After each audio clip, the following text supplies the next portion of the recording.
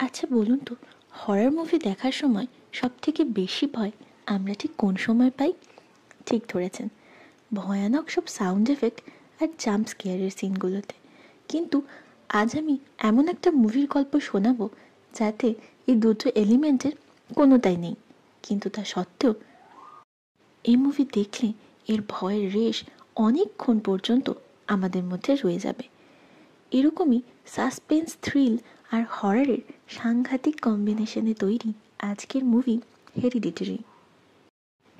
মুভির শুরুতেই আমরা একটা মিনিয়েচার হাউসের ক্লোজ আপ শট দেখতে পাই, কিন্তু ক্যামেরা ধীরে ধীরে জুম ইন করার সাথে আমরা সেই বাড়িতে গ্রাহামস ফ্যামিলিকে বাস করতে দেখি।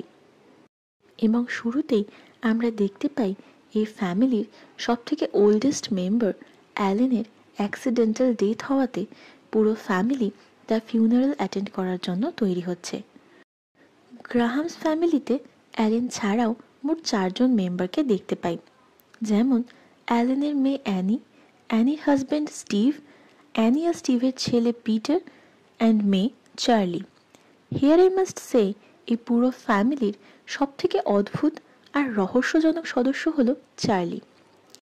যদিও চার্লি এই ফ্যামিলির সবার থেকে ছোট, কিন্তু তা সত্ত্বেও চার্লির ওভারঅল ক্যারেক্টারটাই বেশ অস্বস্তিকর। যাই হোক, ফাইনালি আমরা এই পুরো পরিবারকে একসাথে অ্যালেনের ফিউনারাল অ্যাটেন্ড করতে দেখতে পাই। এখানে অ্যানির ফিউনারাল স্পিচ চলাকালীন আমরা তার গলায় একটা অদ্ভুত ডিজাইনের পেন্ডেন্ট দেখতে পাই, এবং মৃত অ্যালেনের গলাতেও আমরা ঠিক সেম একটা পেন্ডেন্ট দেখি। এই পার্টিকুলার ডিজাইনটার সিগনিফিকেন্স জানতে মুভির একদম শেষ পর্যন্ত ওয়েট করতে হবে। যাই হোক, স্পিচ চলাকালীন অ্যানি লক্ষ্য করে সেই হলে অনেক অচেনা লোক অ্যালেনের ফিউনারাল অ্যাটেন্ড করতে এসেছে। ব্যাপারটা একটু অস্বাভাবিক লাগলেও এসব ইগনোর করে অ্যানি তার স্পিচ কন্টিনিউ করতে থাকে।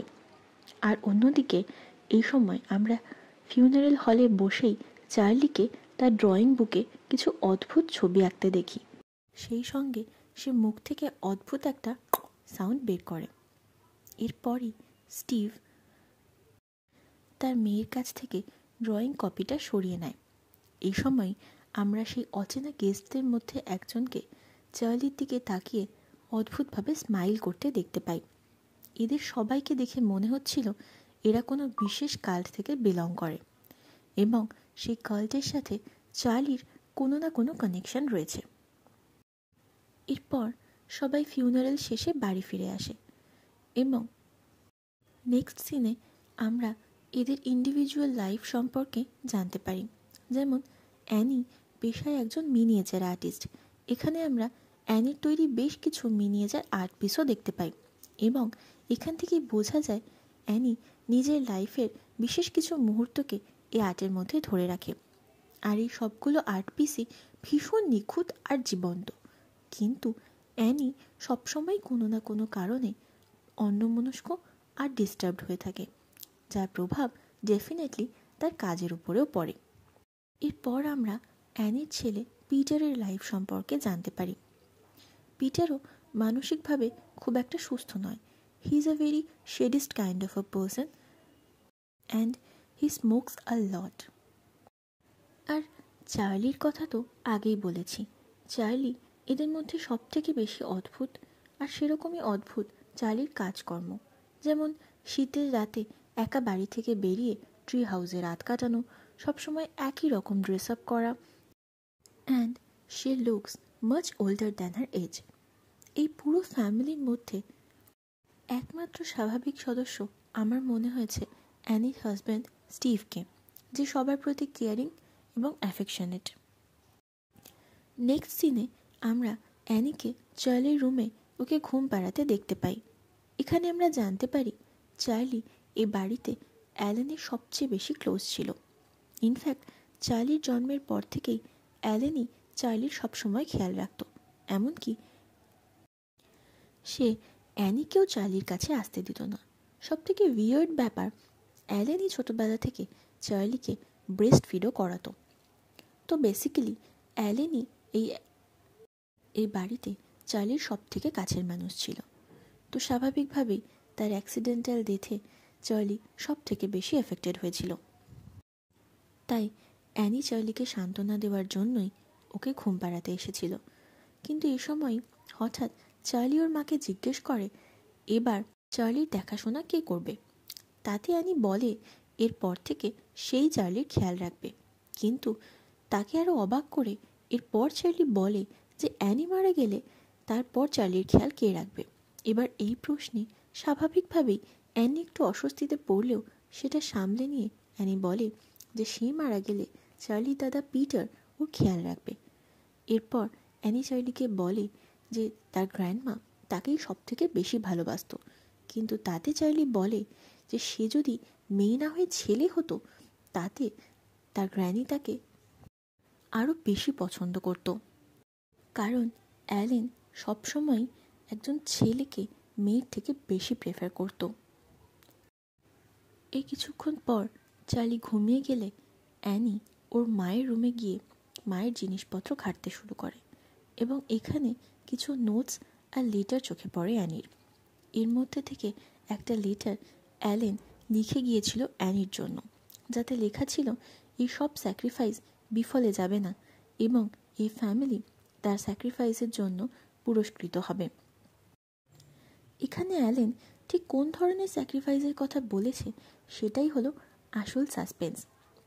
এরপর সিন শিফট করে এবং আমরা চার্লির ক্লাসরুমের একটা দৃশ্য দেখতে পাই। এখানে ক্লাসরুমের কাঁচের জানলায় হঠাৎ ধাক্কা খেয়ে একটা পায়রা মারা যায়। এরপরই ক্যামেরা ফোকাস করে ক্লাসরুমে থাকা একটা কাঁচির ওপর এবং ঠিক এরপরই আমরা সেই কাঁচি হাতে চার্লিকে দেখি সে মৃত পায়রাটার গলা কেটে নিতে।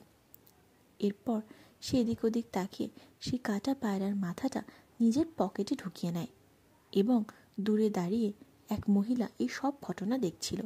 এখানে আমরা বুঝতে পারি এই মহিলা আসলে চার্লির উপরে নজর রাখছিল। নেক্সট সিনে এই ফ্যামিলির সবাই শেষবারের মতো অ্যালেনের রুমের ঘরের দরজা বন্ধ করে দেয়, কিন্তু বন্ধ হয়ে আসার আগে আমরা এই রুমে অনেক রকম স্যাটানিক রিচুয়াল পারফর্ম করার চিহ্ন দেখতে পাই। এরপরই স্টিভকে ফোন করে কেউ জানায় যে কবর থেকে হঠাৎ করেই অ্যালেনের বডি চুরি হয়ে গেছে, কিন্তু অ্যানি প্যানিক করতে পারে ভেবে স্টিভ এই ঘটনাটা অ্যানির কাছ থেকে লুকিয়ে রাখে। এরপর আমরা অ্যানিকে দেখি স্টিভকে মিথ্যে বলে একটা গ্রিফ শেয়ারিং সেশন অ্যাটেন্ড করতে। এখানে সে তার মায়ের ব্যাপারে অনেক কথা সবার সাথে শেয়ার করে। এখানে অ্যানি বলে তার মা অর্থাৎ অ্যালেন মানসিকভাবে সুস্থ ছিল না। ছোটবেলায় অ্যানির একটি ভাই ছিল এবং অ্যালেন তার শরীরে অন্য কোনো আত্মাকে ঢোকানোর চেষ্টা করত এবং এর রিচুয়াল হিসেবে অ্যানির ভাইকে নানাভাবে টর্চার করত। এইসব টর্চার সহ্য করতে না পেরেই অ্যানির ভাই আত্মঘাতী হয়েছিল। এছাড়াও অ্যানির বাবাও অস্বাভাবিকভাবে মারা গিয়েছিলেন। অ্যানি আরও বলে অ্যালেনের অদ্ভুত ম্যানিপুলেশন পাওয়ার ছিল, বিশেষ করে ছেলেদের উপর অ্যানির এই ম্যানিপুলেশন সাংঘাতিকভাবে কাজ করত। এসব কারণের জন্যই অ্যানি পিটারের জন্মের পর থেকেই অ্যালেনের থেকে পিটারকে দূরে দূরে রাখত। কিন্তু এরপর চার্লির জন্ম হলে সে মেয়ে বলে অ্যানি কোনো সন্দেহ না করে চার্লিকে অ্যালেনের কাছে ছেড়ে দিয়েছিল। কিন্তু এখন অ্যানির মনে হয় যে এইসব কারণের জন্যই চার্লি ওর গ্র্যানির মতোই বেশ কিছুটা অস্বাভাবিক। তার স্বভাব, চরিত্র, আচার আচরণ সবই তার সমবয়সী অন্যান্য টিনেজারদের থেকে বেশ আলাদা। এরপর সিন শিফট হয় আর আমরা চার্লির রুমে একটা অদ্ভুত আলোর বলয় দেখতে পাই এবং চার্লি এটার কাছে এগিয়ে আসতেই এটা চার্লিকে সামনের মাঠের দিকে ইন্ডিকেট করে। চার্লি সেখানে গেলে একটা মানুষকে আগুনের মধ্যে বসে কিছু রিচুয়াল পারফর্ম করতে দেখতে পায়। তখনই সেখানে অ্যানি এসে পড়ে এবং চার্লিকে টেনে বাড়িতে নিয়ে আসে। নেক্সট সিনে পিটার তার বন্ধুর বাড়ির পার্টিতে যাওয়ার জন্য অ্যানির পারমিশন নিতে এলে অ্যানি পিটারকে একা যাওয়ার পারমিশন দেয় না, বরং সে চার্লিকে সঙ্গে নিয়ে যেতে বলে। পিটার যাতে পার্টিতে নেশা না করতে পারে তার জন্যই অ্যানি চার্লিকে পিটারের সাথে যেতে বলে। কিন্তু পার্টিতে ঢুকে কিছুক্ষণের মধ্যেই পিটার নেশা করতে চলে যায়। অন্যদিকে চার্লি একটা নাটস দেওয়া কেক খেয়ে ফেলে এবং নাটসে অ্যালার্জেটিক হওয়ার কারণে তখনই সেখানে অসুস্থ হয়ে পড়ে এবং পিটার সঙ্গে সঙ্গে চার্লিকে নিয়ে হাসপাতালের উদ্দেশ্যে বেরিয়ে পড়ে। কিন্তু ইতিমধ্যেই চার্লির শ্বাসকষ্ট শুরু হয়ে যায়, আর চার্লির নিঃশ্বাস নিতে কষ্ট হচ্ছিল বলেই চার্লি জানলার বাইরে মাথা বের করে ঠিক করে নিঃশ্বাস নেওয়ার চেষ্টা করছিল। আর ঠিক সেই মুহূর্তেই পিটার রাস্তার উপর একটা মৃত জন্তুকে পড়ে থাকতে দেখে আর ভয় পেয়ে গাড়িটা ডান দিকে ঘুরিয়ে পাশ কাটানোর চেষ্টা করে, যার ফলে ওই সাইডে থাকা একটা পোলে খুব জোরে চার্লির মাথায় ধাক্কা লাগে আর সেখানেই চার্লি মারা যায়। And this was the most scariest scene এই পুরো মুভিতে। এই ঘটনার পর পিটার সাংঘাতিকভাবেই ট্রমাটাইজড হয়ে যায় আর খুব অস্বাভাবিকভাবে বাড়িতে ঢুকে কাউকে এই ব্যাপারে কিচ্ছু না বলে নিজের রুমে ঢুকে পড়ে। পরদিন সকালে স্টিভ আর অ্যানি চার্লির অ্যাক্সিডেন্টের কথা জানতে পারে আর অ্যানি পাগলের মতো কাঁদতে থাকে। এরপর থেকেই এই ফ্যামিলির সবাই নিজেদের মধ্যে কথা বলা একেবারেই বন্ধ করে দেয়, কারণ এই ঘটনা তাদের সবাইকেই ভীষণভাবে এফেক্ট করেছিল। এর কিছুদিন পরে হঠাৎ নেশা করার সময় পিটারের অদ্ভুত একটা অ্যাটাক হয়। অন্যদিকে অ্যানির মানসিক অবস্থা আরও অবনতি হয় এবং অ্যানি আবার সেই গ্রিফ শেয়ারিং সেশনে যাওয়ার জন্য গাড়ি নিয়ে রাস্তায় বেরোতেই একটা নতুন ক্যারেক্টারের এন্ট্রি হয়। এর নাম জোয়ানা। জোয়ানা কিছুটা গায়ে পড়েই অ্যানির সাথে কথা বলতে আসে। অ্যানিকে সে বলে অ্যানির মানসিক অবস্থা সে বোঝে, কারণ কিছুদিন আগেই তারও ছেলে আর নাতি জলে ডুবে অ্যাক্সিডেন্টালি মারা গেছে। জোয়ানা আরও বলে যে সে অ্যানিকে এই সিচুয়েশন থেকে মুভ অন করার জন্য সাহায্য করতে চায়। এই জন্য তখনই সে অ্যানিকে নিজের বাড়িতে ইনভাইট করে এবং তার অ্যাড্রেস দেয়। নেক্সট ডে অ্যানি জোয়ানার বাড়িতে উপস্থিত হয় এবং সেখানে ঢুকতেই একটা ডোরম্যাট তার দৃষ্টি আকর্ষণ করে, কিন্তু বেশি কিছু ভাবার আগেই জোয়ানা বেরিয়ে এসে ওকে ভিতরে নিয়ে যায়। এখানে নানা বিষয় নিয়ে কথা বলতে বলতে অ্যানি বলে যে কিছু বছর আগে তার স্লিপ ওয়াকিংয়ের সমস্যা ছিল। এরকমভাবেই একদিন ঘুমের মধ্যে হাঁটতে হাঁটতে অ্যানি তার ছেলের ঘরে ঢুকে সেখানে আগুন লাগিয়ে দেয়, আর এই ঘটনার পর থেকেই অ্যানির সাথে পিটারের সম্পর্ক খারাপ হতে শুরু করে, কারণ পিটারের মনে হয়েছিল অ্যানি ইচ্ছে করেই পিটারকে মারার জন্য এসব করেছে। নেক্সট সিনে আমরা অ্যানিকে চার্লির অ্যাক্সিডেন্টের ঘটনার একটা মিনিয়েচার ফর্ম বানাতে দেখি, কিন্তু স্টিভ এটা দেখে স্বাভাবিকভাবেই খুব ডিস্টার্বড ফিল করে। এরপর ডিনার টেবিলে অ্যানি আর পিটারের মধ্যে চার্লির অ্যাক্সিডেন্ট নিয়ে তর্ক শুরু হয় এবং তারা এই ঘটনার জন্য একে অপরকে দোষারোপ করতে থাকে। স্টিভ দুজনকে সামলানোর চেষ্টা করলেও এখান থেকে এদের মা ছেলের সম্পর্কের আরও অবনতি হতে শুরু করে। নেক্সট দিন সুপার মার্কেটে আবার অ্যানির সাথে জোয়ানার দেখা হয়, আর জোয়ানা এখানেই অ্যানিকে সিয়ন্সে পারফর্ম করে নিজের গ্র্যান্ডসনের সাথে দেখা করার এক্সপিরিয়েন্স শেয়ার করে। কিছু কথাবার্তার পর জোয়ানা অ্যানির সামনেই সিয়ন্সে পারফর্ম করে নিজের গ্র্যান্ডসনের সাথে কানেক্ট করে, যা দেখে অ্যানি ইনিশিয়ালি অবাক হলেও তার বিশ্বাস সিয়ন্সে প্রক্রিয়ার প্রতি আরও মজবুত হয়। এসব কিছুর পর অ্যানি কিছুটা ডিস্টার্বড হয়ে পড়ে এবং এই সময় জোয়ানা অ্যানিকে কনভিন্স করতে থাকে এভাবে চার্লির আত্মার সাথে কানেক্ট করার জন্য। এই প্রক্রিয়ার মধ্যে শুধু চার্লির ব্যবহারের একটা জিনিস দরকার, আর এই সময় অ্যানিকে দুর্বোধ্য কিছু মন্ত্র উচ্চারণ করতে হবে, তাহলেই জোয়ানার মতো সেও এই প্রক্রিয়া সফলভাবে করতে পারবে। এরপর সিন শিফট হয় আর আমরা অ্যানিকে আবার স্লিপ ওয়াকিং করতে করতে পিটারের রুমে যেতে দেখি এবং সেখানে অ্যানি একটা ভয়ানক দৃশ্য দেখতে পায়। সেখানে পিটারের পুরো শরীর পিঁপড়েতে ঢেকে গিয়েছিল এই দৃশ্যটা সত্যিই ভীষণ ভয়ানক। এরপরই অ্যানির ঘুম ভেঙে যায় আর আমরা বুঝতে পারি এই সবই ছিল অ্যানির একটা দুঃস্বপ্ন। কিন্তু এই স্বপ্ন থেকেই আমরা জানতে পারি আসলে অ্যানি কোনো দিন পিটারকে নিজের সন্তান হিসেবে চায়নি। তার মা অ্যালেন জোর করে অ্যানিকে প্রেগনেন্ট হতে বাধ্য করেছিল। অ্যানি তো ইনফ্যাক্ট অ্যাবর্শনেরও চেষ্টা করেছিল, বাট পিটার সামহাউ সারভাইভড। এরপর অ্যানি পিটার আর স্টিভকে ডেকে এনে সেয়ন্সে পারফর্ম করার জন্য। কিন্তু এই প্রক্রিয়া শুরু করতেই ঘরের ভিতরের পরিস্থিতি হঠাৎই অলৌকিক হয়ে ওঠে। ঘরের সব মোমবাতি জ্বলতে নিভতে শুরু করে আর অ্যানি অদ্ভুতভাবে চার্লির গলায় কথা বলতে শুরু করে। এসব দেখে পিটার হঠাৎই খুব ভয় পেয়ে যায় আর স্টিভ এসব বন্ধ করার জন্য অ্যানার মুখে জল ছিটিয়ে অ্যানিকে শান্ত করে। এরপর অ্যানির হুঁশ ফিরলে দেখা যায় এসব কিছুই তার মনে নেই। এই পুরো ঘটনার স্মৃতি তার মন থেকে অদ্ভুতভাবে মুছে গেছে। এরপর দিন অ্যানি মানসিকভাবে আরও অসুস্থ হয়ে পড়ে আর নিজে হাতেই তার তৈরি সব মিনিয়েচার আর্ট পিসগুলো ভাঙতে থাকে। অন্যদিকে চার্লির যে ড্রয়িং খাতাটা অ্যানি সিয়ন্সির জন্য ব্যবহার করেছিল সেখানে নিজে নিজেই পিটারের অনেক ছবি আঁকা হতে শুরু করে। এ সময় ক্লাসরুমে আমরা পিটারকে জানলার কাছে নিজের প্রতিকৃতির দিকে তাকিয়ে থাকতে দেখি। সেখানে পিটারের মুখে কোনো হাসি না থাকলেও তার প্রতিকৃতির মুখে লেগেছিল অদ্ভুত রহস্যময় এক হাসি।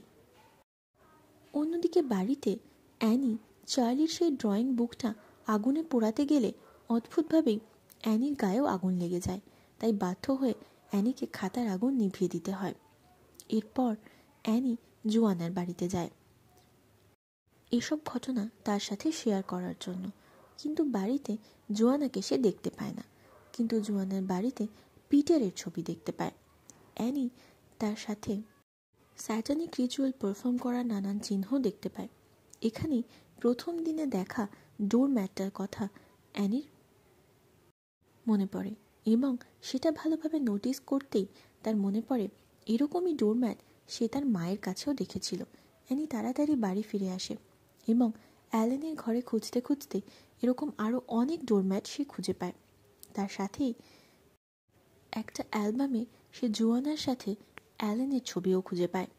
এরপরে অ্যালেনের আর বুঝতে বাকি থাকে না যে এতদিন ধরে সে তার মায়ের পাতা ফাঁদে পা দিয়ে এসেছে। এই রুমেই এরপর অ্যানি একটা বই খুঁজে পায়। এখানে অ্যানির সাথে আমাদের কাছেও সব রহস্য পরিষ্কার হয়ে যায়। এই বই থেকেই অ্যানি জানতে পারে এই রিচুয়াল সম্পর্কে, যার মাধ্যমে ডিমন পেইম্যানকে একটা শরীর উৎসর্গ করা হবে, যার মধ্যে অবস্থান করবে স্বয়ং ডিমন। এবং অ্যানির মা অ্যালেন, জোয়ানা আর সেই সব অচেনা লোক ছিল আসলে এই ডিমনেরই পূজারী। ডিমন এর আত্মাকে কারোর মধ্যে প্রতিষ্ঠা করার জন্য আগে তাকে মানসিকভাবে অনেক রকম অত্যাচার করা হয়। তারপর কিছু বিশেষ প্রক্রিয়ার মাধ্যমে তার শরীরকে ডিমনকে উৎসর্গ করে তাকে আহ্বান করা হয়।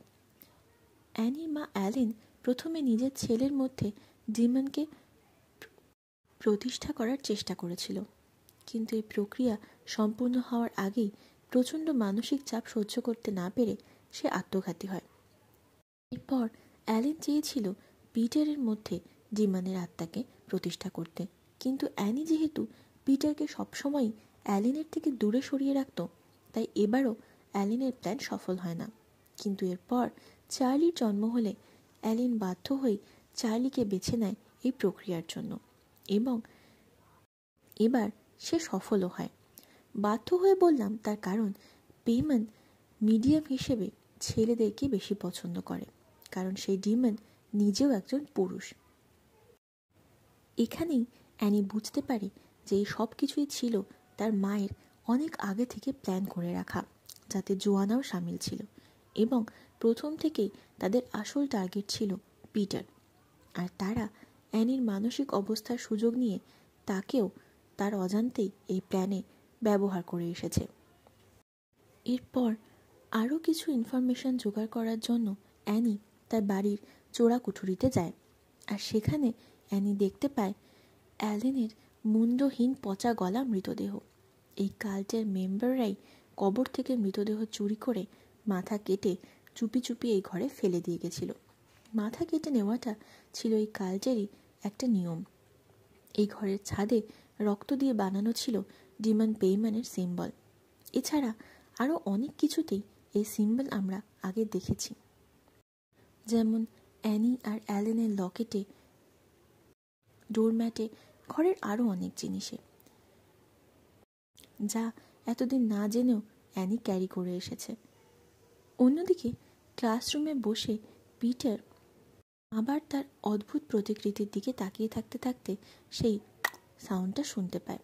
তারপর নিজের উপর থেকে সে সব বশ হারিয়ে ফেলে, আর কোনো অজানা শক্তি বেঞ্চে জোরে জোরে পিটারের মাথা ঠুকতে থাকে।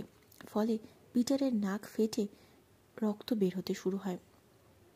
এরপর স্টিভ পিটারকে বাড়িতে নিয়ে আসে ট্রিটমেন্ট করার পর, আর অ্যানি পিটারকে এই অবস্থায় দেখে আরও ভেঙে পড়ে এবং স্টিভকে সব কথা জানায়।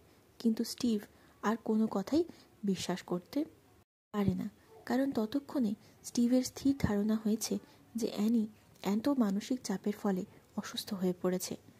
এরপর অ্যানি স্টিভকে চার্লির ড্রয়িং কপিটা পুড়িয়ে ফেলার জন্য বারবার রিকোয়েস্ট করতে থাকে, কিন্তু স্টিভ এসবে কান না দিলে বিরক্ত হয়ে অ্যানি নিজেই কপিটা ছুঁড়ে আগুনে ফেলে দেয় এবং তার সাথে সাথেই এবার অ্যানির পরিবর্তে স্টিভের শরীরে আগুন লেগে যায় এবং বীভৎসভাবে আগুনে পুড়ে স্টিভ সেখানেই মারা যায়।